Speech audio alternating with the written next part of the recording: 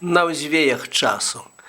Сцяпан удзень хадзіў цяслярыць, дамы цаліннікам стаўляць, а вечарамі, каб памарыць, вымаў баян, садзіўся граць.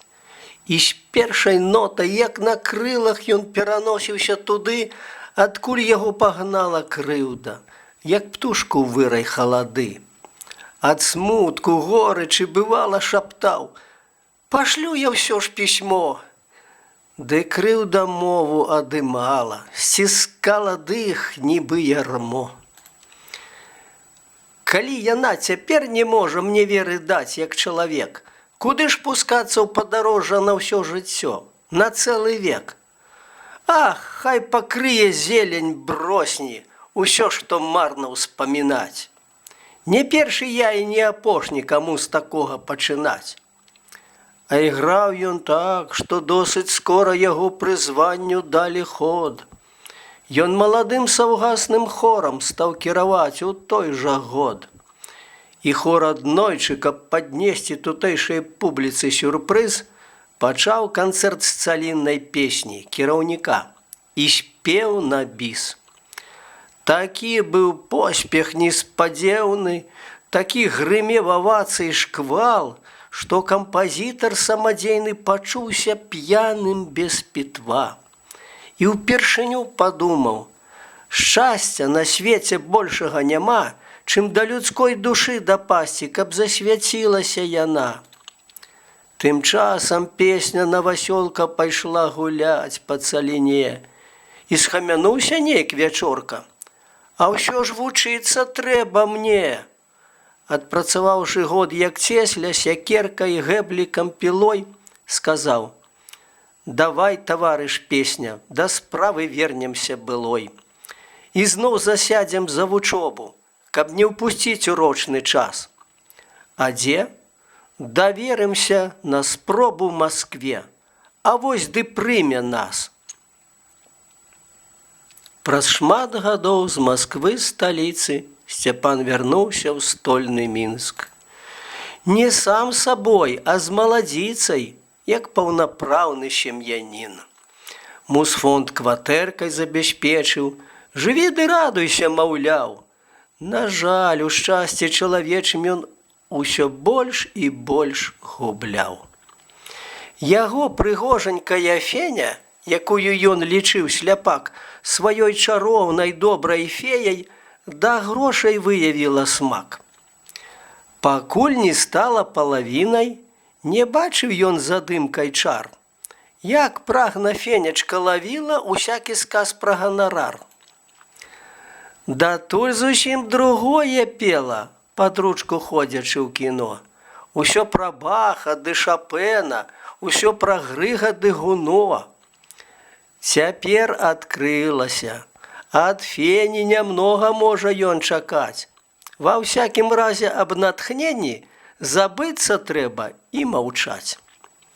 Яго турбот, пакут і болю, яго трывог, надзей і мар ёй не прыняць душой ніколі. Не дадзен гэтакі ёй дар. А больш за ўсё ёй грызла сэрца, ніяк уцяміць не магла, чаго ён так у Мінскі рвецца з яе сталічнага жытла. Ніякі довад, што для творцы навек пакінуць родны край усё адно, што і памерці, не пераконваў. Хоць канай. З вялікім лямантам, скандалам усё ж паехала за ім. І яшчэ больш увішна стала яго жыццё драбніць сваім. І пацягнуўся быт бясконцы. Сцяпан мірыўся колькі мог, што аднадумца друга ў жонцы яму не даў скупеча Бог. Цяжэй было змірыцца з іншым. Ён учарнеў ад адкрыцця, што Феня нават з усявышнім прыдбаць не здолее дзіця. Прысуд быў болей, чым жахлівы.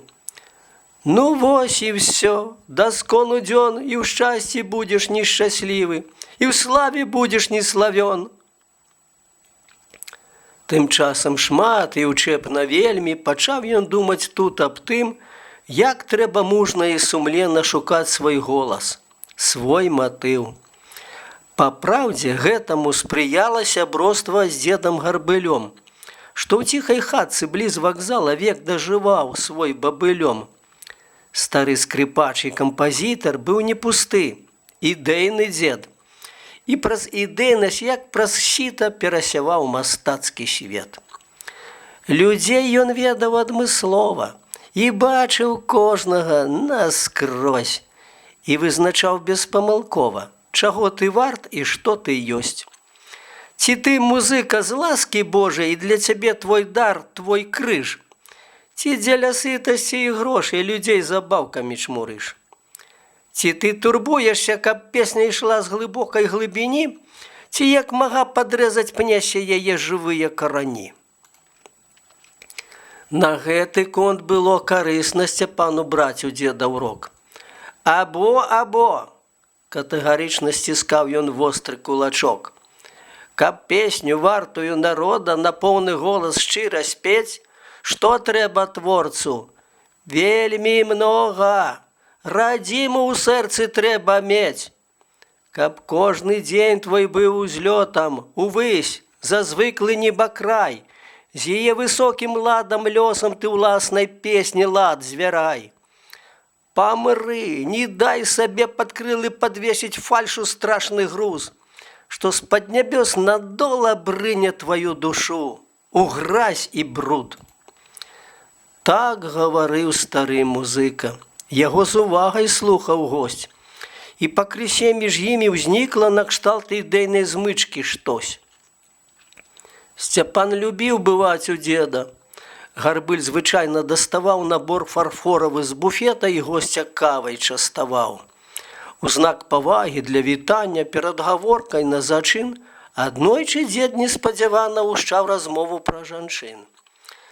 Вячорка здзіўлены быў трохі, што жонак шмат каго з калег Гарбыль пад суд падводзіў строгі.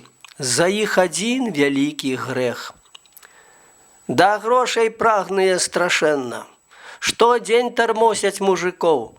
Давай, давай, і з іх кішэняў грабуць усё да медзякоў.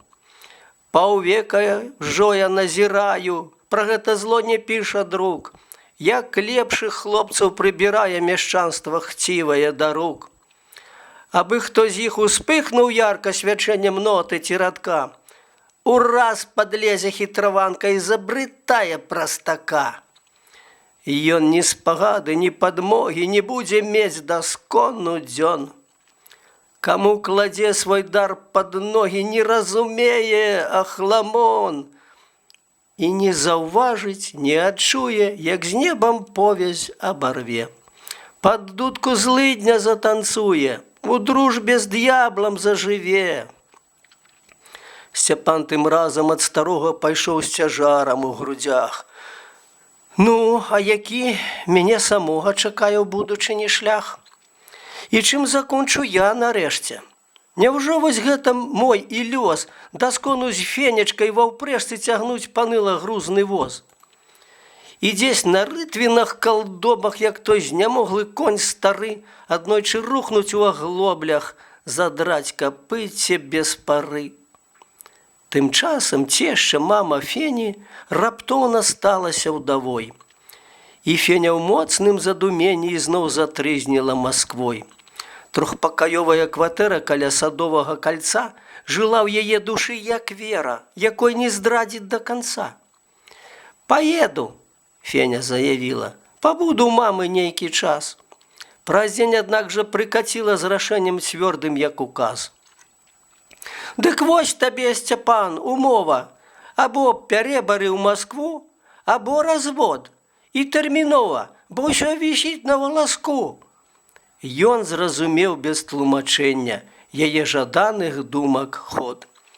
Сабе сказаў: «Канец мучэння!»